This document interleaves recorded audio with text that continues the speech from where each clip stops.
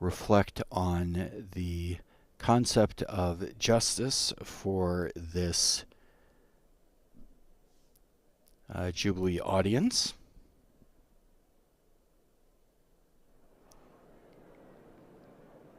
In fact, throughout this Jubilee year, we've seen a number of special audiences for various classes of people. This will be the first audience in the history of Jubilees dedicated to legal professionals. As we mentioned, this includes all those involved in the world of secular, canonical, and ecclesiastical justice in the Vatican City State, the Roman Curia, as well as in civil courts, including people such as judges, lawyers and magistrates, paralegals, administrative staff, all those involved in the administration of justice in the church and in the state, as well as their families who have joined them for this Jubilee pilgrimage. The Jubilee of Justice has about 15,000 registered participants from approximately 100 different countries, with large delegations from Italy, Spain, Portugal, Poland, France, the United States, Canada, Brazil, Argentina, Mexico, Colombia, Chile, Australia, Nigeria, Peru, the Philippines. So a very, very diverse group of legal professionals from around the world, from all the different continents. The Jubilee also sees a variety of legal institutions, professional associations, and universities, especially the law faculties of the various pontifical and Catholic universities.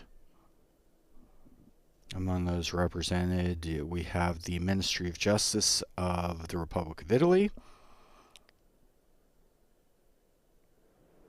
Italy's Constitutional Court, the Superior Council of the Judiciary, the Supreme Court of Cassation, also the Confederation of Catholic Jurists of France. The Supreme Court of the United States is represented, as well as the Supreme Courts of Brazil and Colombia, Spain, the Supreme Court of the Vatican Judiciary, the Court of Auditors, the Presidency of the Italian Council of State, a number of Catholic organizations, the International Union of Catholic Jurists, the Union of Italian Catholic Jurists, and the National Magistrates Association. Already this morning, the Jubilee participants and pilgrims were able to take part in a meeting with Archbishop Rino Fisichella, the pro-prefect of the Dicastery for Evangelization, who welcomed pilgrims to the Jubilee. There was also a keynote lecture from Bishop Juan Ignacio Arrieta, the Secretary of the Dicastery for Legislative Texts. He spoke on the theme of Justitia Imago Dei, Justice, the Image of God, and the workers of justice as instruments of hope. Originally, those events were planned to take place in the Paul VI Hall, but were moved to St. Peter's Square.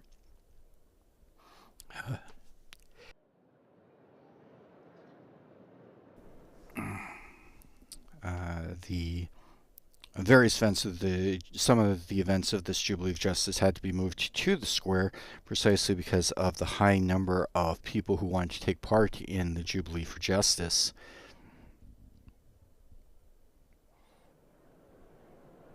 Again, the high point of the Jubilee will be this audience with the Holy Father. originally scheduled for 12 noon. It has been pushed back a little bit due to the Holy Father's schedule. After the audience with the Pope, the participants will have the opportunity to complete their pilgrimage by passing through the Holy Door of St. Peter's Basilica. The Church has made a huge effort throughout this Jubilee year to organize the various events so that everything will be able to progress smoothly. For those coming to Rome and St. Peter's, the main road leading up to the Basilica, the Via della Conciliazione, is the path that the pilgrims take, and you'll see throughout the day large pilgrim groups led by the Jubilee Cross making their way to the Basilica for the pilgrims to pass through the Holy Doors at St. Peter's.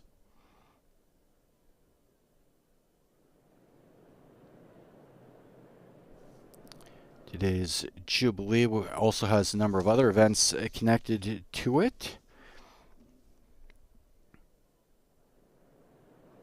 including a dialogue this evening with Samuel Alito, Justice of the Supreme Court of the United States. That's been organized by the U.S. Embassy to the Holy See.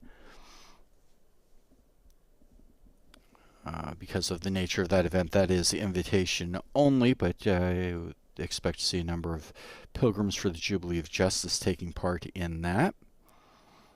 There is also a formal disputatio, dialogue that has been organized by the French Embassy to the Holy See and the pious establishments of France in Rome and Loreto. That's going to be chaired by Professor Patrick Valdrini. That's also taking place later this evening. So a full slate of events for the Jubilee of Justice as we continue to wait for the arrival of the Holy Father, Pope Leo XIV.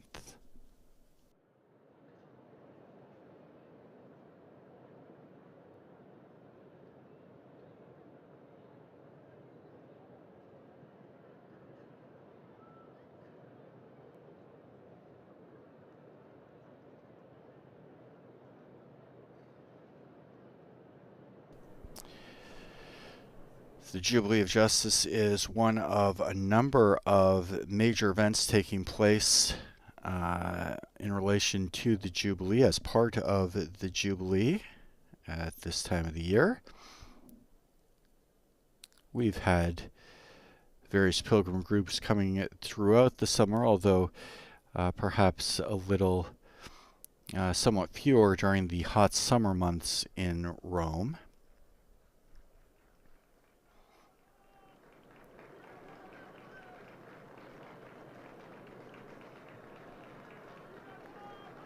But recently we saw, of course, the commemoration of the new martyrs and witnesses of the faith that took place last Sunday. A commemoration that also saw the participation of a number of ecumenical groups, including delegations of various non-Catholic churches and ecclesial communions. And on Monday we had the Jubilee of Consolation.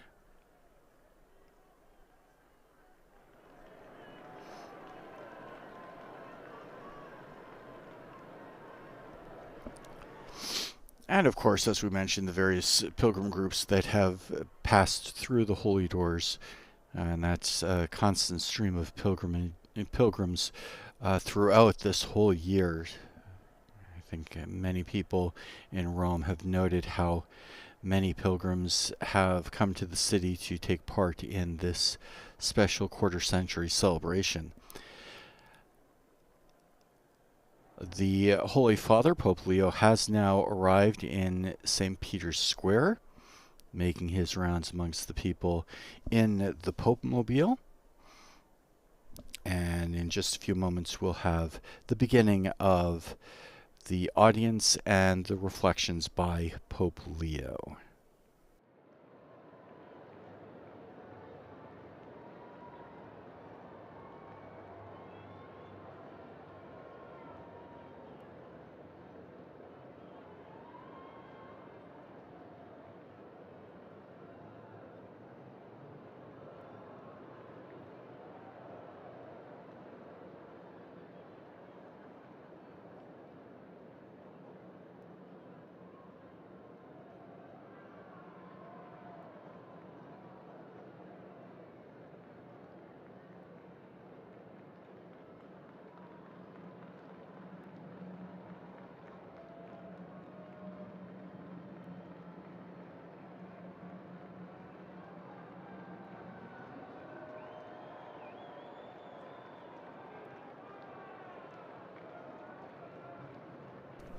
For those of you just joining us, the Holy Father has arrived in St. Peter's Square for the Jubilee of Justice,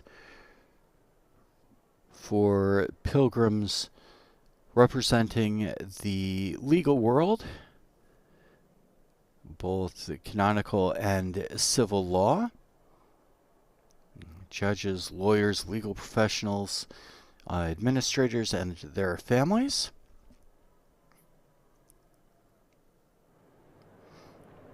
And the Holy Father taking a moment to greet the faithful here gathered in the square. About 15,000 people have registered for the Jubilee of Justice, many of them here in St. Peter's Square, but also lots of pilgrims and visitors taking advantage of the beautiful late summer weather here in Rome. It's certainly a beautiful sunshiny day here. And as the Holy Father greets the faithful in St. Peter's Square, I would like to welcome everybody once again, joining us through the various Vatican media channels, the Vatican audio or radio app, the Vatican News web portal, and our Vatican News YouTube channel, as well as all those listening or watching by means of our partner organizations, including EWTN TV, Catholic Faith Network in America, Salt and Light TV, Shalom World TV, Atmadarshan TV, Catholic TV, and Luminous Radio India.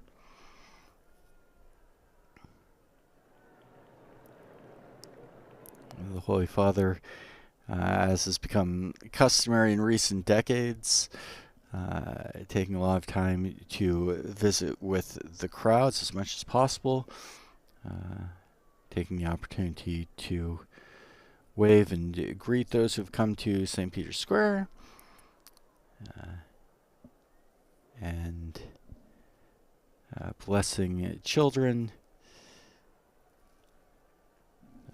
and certainly an enthusiastic crowd here this Saturday morning to greet the Holy Father and hear his reflections on justice for the Jubilee of Justice.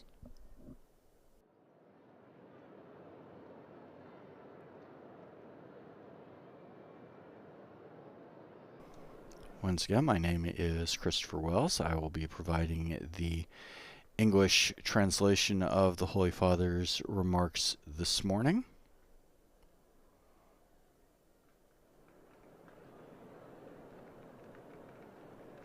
It'll probably be about 5 more minutes as the Holy Father makes his way through St. Peter's Square.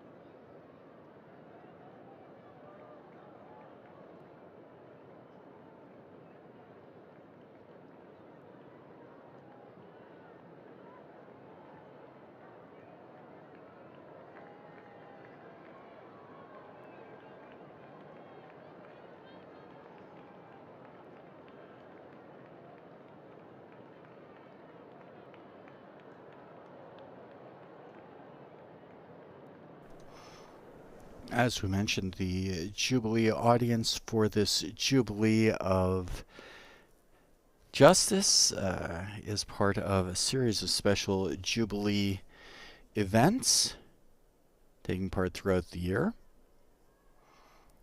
In the coming days and weeks, we're going to have a Jubilee of Catechists. That's next weekend, September 26th through the 28th. The following week, we'll have the Jubilee of the Missions, as well as the Jubilee of Migrants. Later in October, the Jubilee of Consecrated Life, the Jubilee of Marian Spirituality, the Jubilee of the Roma peoples, as well as the Sinti and other traveling peoples.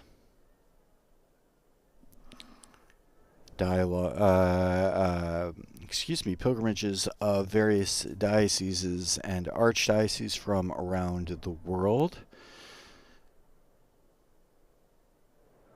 Obviously, quite a few from Italy. It's very easy to get to Rome from anywhere in the country, but also from further afield, including Germany, the United States,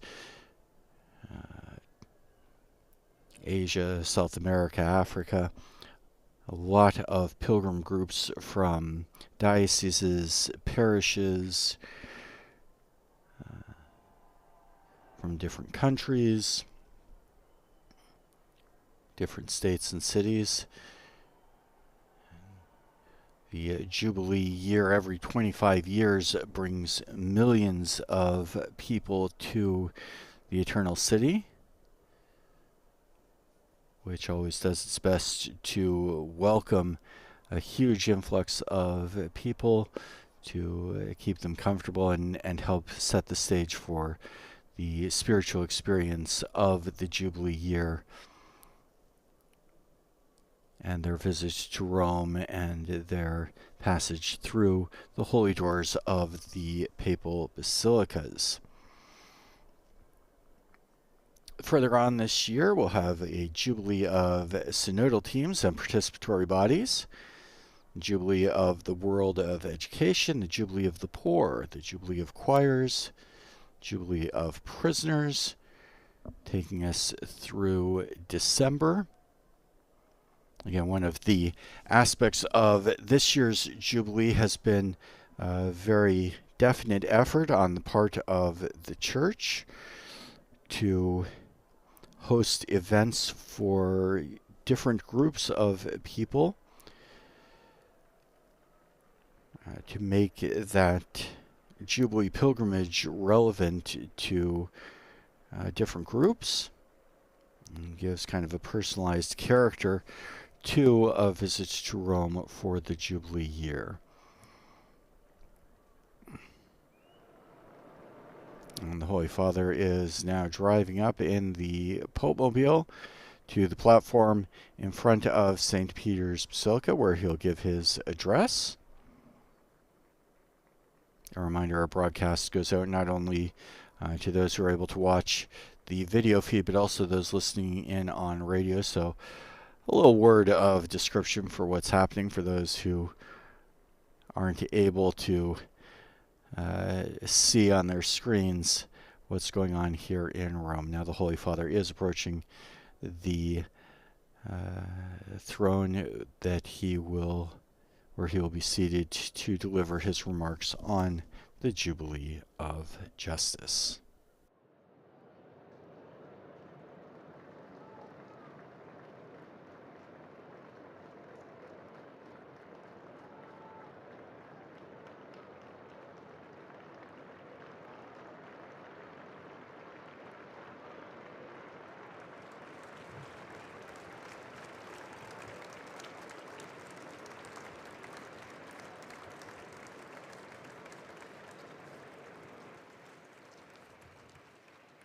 And now our Holy Father. E del Figlio e dello Spirito Santo. Amen. La pace sia con voi. And as with all of his audiences, he begins with the sign of the cross and the liturgical greeting. Provenienti da circa 100 paesi differenti, dall'Italia, Spagna, Portogallo, agli Stati Uniti e Canada, dalla Colombia, il Brasile, il Messico, il Perù, alle Filippine, Australia, Nigeria. And greeted by Le diverse categorie Rino sono qui Fisichella. rappresentate.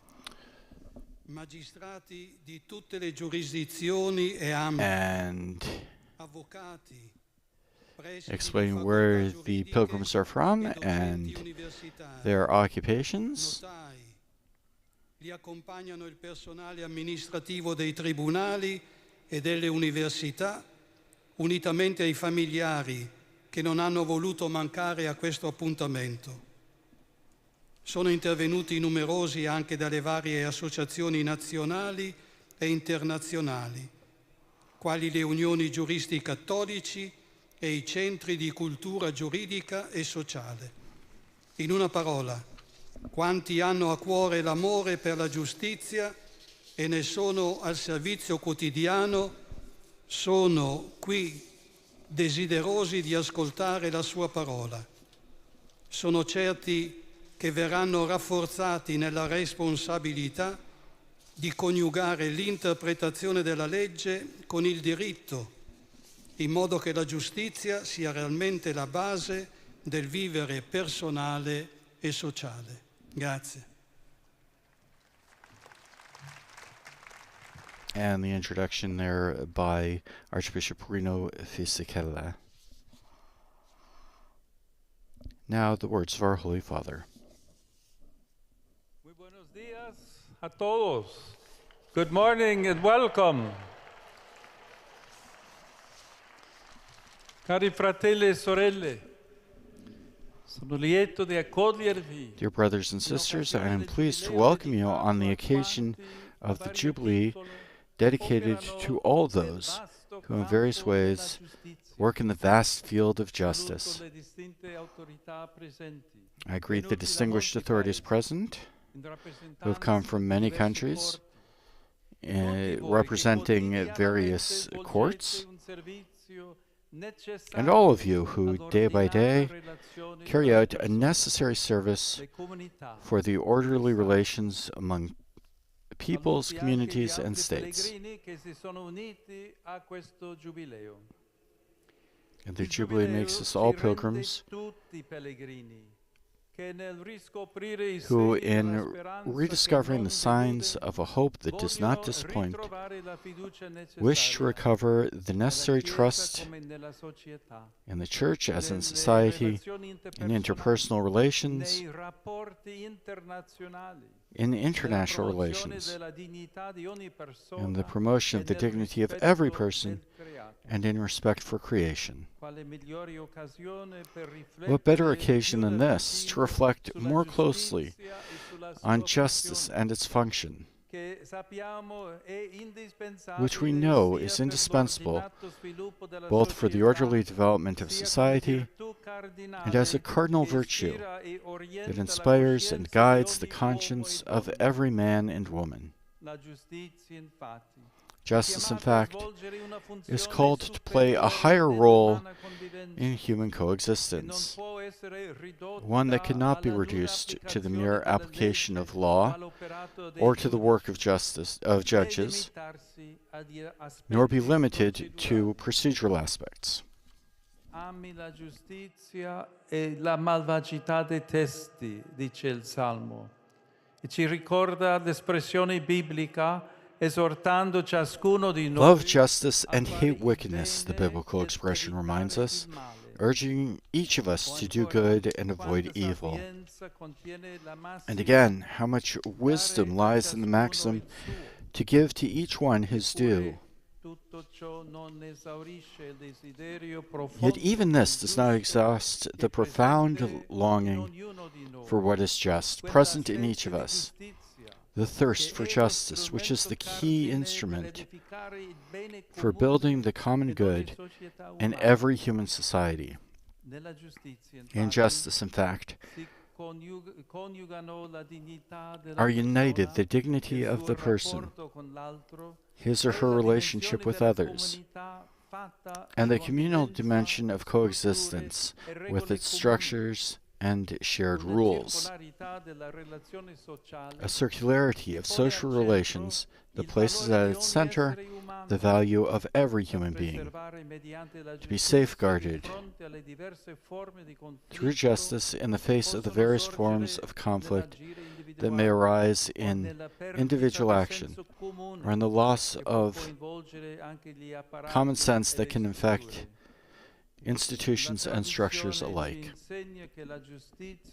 Tradition teaches us that justice is above all a virtue, that is, a firm and stable disposition that orders our conduct according to reason and faith. The virtues of justice in particular consists in the constant and firm will to give to God and to our neighbor what is their due. In this perspective, for the believer, justice disposes us to respect the rights of each person and to establish in human relations the harmony that promotes fairness towards individuals and the common good. An objective that guarantees an order protecting the weak, those who seek justice because there are victims of oppression are excluded or are ignored. The Gospel recounts many episodes in which human action is measured by a justice capable of defeating the evil of abuse, such as the persistence of the widow who compels the judge to rediscover a sense of what is just. It also speaks of a higher justice that pays the laborer of the last hour the same as the one who has worked the whole day, or the justice that makes mercy the key of interpretation in relationships, moving one to forgive by welcoming the son who is lost and has been found. Or even more, to forgive not 7 times, but 70 times 7. It's the power of forgiveness, intrinsic to the commandment of love, that emerges as a constitutive element of a justice capable of uniting the supernatural with the human. Evangelical justice, therefore, does not turn away from human justice, or does not take away from human justice, but questions and reshapes it. It challenges to always go further because it impels it towards reconciliation. Evil, in fact, must not only be punished but also repaired, and for this a deep gaze toward the good of persons and to the common good is necessary. A demanding task, but not impossible for those who, knowing that they exercise a more exacting service, a more demanding service than others, commit themselves to an irreproachable way of life. As is known, justice becomes concrete when it reaches out towards others, when each is given what is due them, up to the point of achieving equality and dignity and opportunity among human beings. Yet we are aware that true equality is not merely formal equality before the law. While this equality is an indispensable condition for the proper exercise of justice, it does not erase the fact that there are growing discriminations whose first consequence is precisely the denial of access to justice. True equality rather, is the possibility given to all to fulfill their own aspirations and to see the rights inherent in their dignity guaranteed by a system of shared values capable of inspiring norms and laws on which the functioning of institutions is founded. Today, what calls upon those who work in the field of justice is precisely the search for or recovery of those values forgotten in coexistence, and their care and respect. This is a useful and necessary process faced with the rise of behaviors and strategies that show contempt for human life from its very beginning, that deny basic rights for personal existence, and that don't respect the conscience from which freedoms flow. Precisely through the values at the foundation of social life, justice assumes its central role in the coexistence of persons and human communities. As St. Augustine wrote, "Justice is not such if it is not at the same time prudent, strong, and temperate."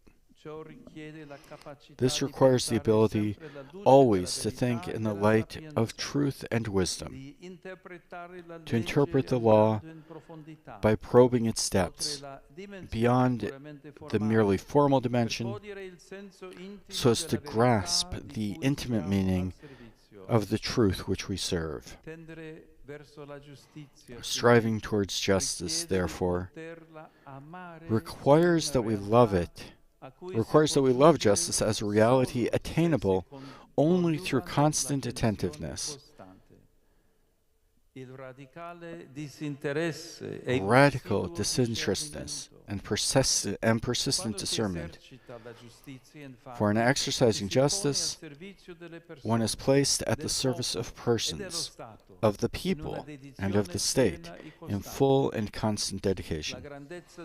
The greatness of justice does not diminish when exercised in small matters, but always emerges when faithfully applied to the law and to respect for the individual, wherever in the world they may be. Blessed are those who hunger and thirst for justice, for they shall be satisfied. With this beatitude, the Lord Jesus wanted to express the spiritual tension to which we must remain open, not only to obtain true justice, but above all to seek it, especially on the part of those called to implement it in different historical circumstances. To hunger and thirst for justice means being aware that it requires personal effort to interpret the law in the most humane way possible. But above all, it asks us to aspire to a satisfaction that can be fulfilled only in a greater justice, transcending particular situations. Dear friends, the Jubilee also invites us to reflect on an aspect of justice that is not always sufficiently emphasized, namely, the reality of so many countries and peoples who hunger and thirst for justice because their living conditions, the conditions of their lives, are so inequitable and so inhuman as to be unacceptable.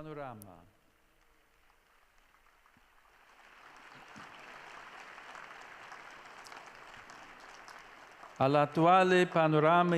the present international situation should be applied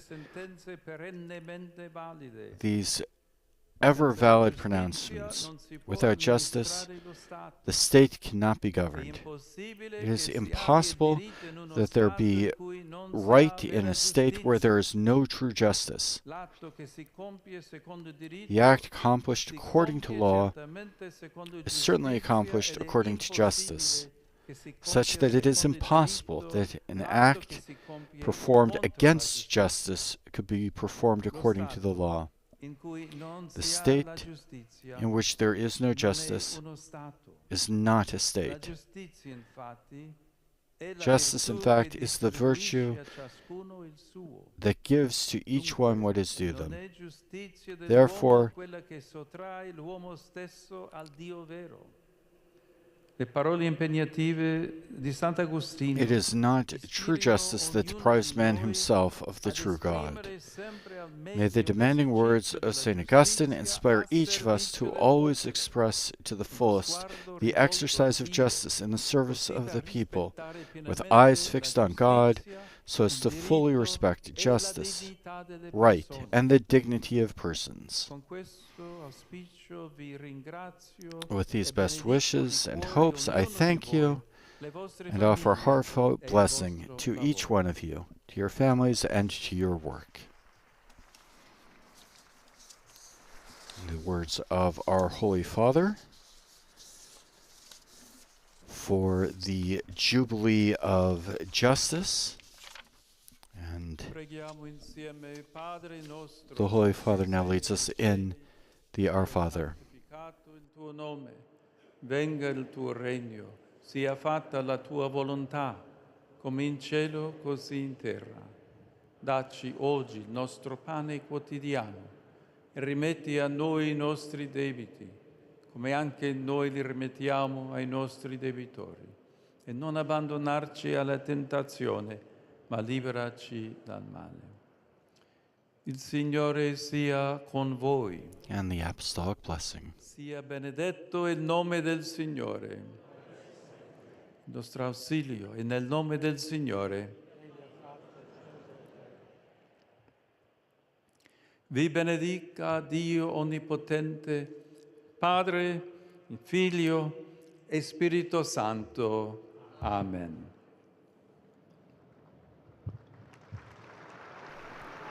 And with the Holy Father's Apostolic Blessing,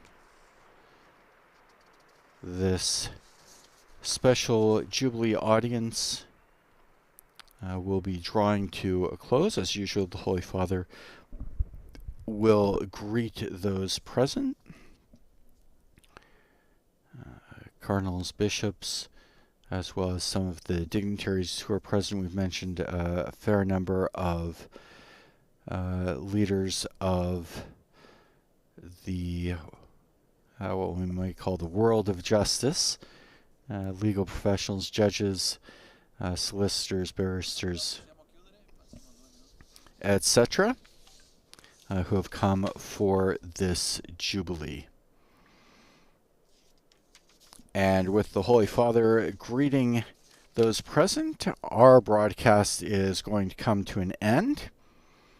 On behalf of Vatican Radio, I would like to thank our partners who help make these live broadcasts available throughout the world, especially EWTN TV, Catholic Faith Network in America, Salt and Light TV, Shalom World TV, Madarsham TV, Catholic TV, and Luminous Radio India. For full coverage of the Holy Father's reflection today on the idea of justice and how it functions in the world, we invite you to visit our website at www.vaticannews.va, as well as our Facebook, Instagram, Twitter, and YouTube accounts. We also have all of the latest news from the Vatican and around the world. Thanks to this afternoon go to our producers and technicians here in studio. And thanks as well to all of you for joining us today. My name is Christopher Wells. It's been a great pleasure providing the English language translation of the Holy Father's remarks at today's address and audience for the Jubilee of Justice. And we conclude, as always, Praise be Jesus Christ. Laudetur Jesus Christus.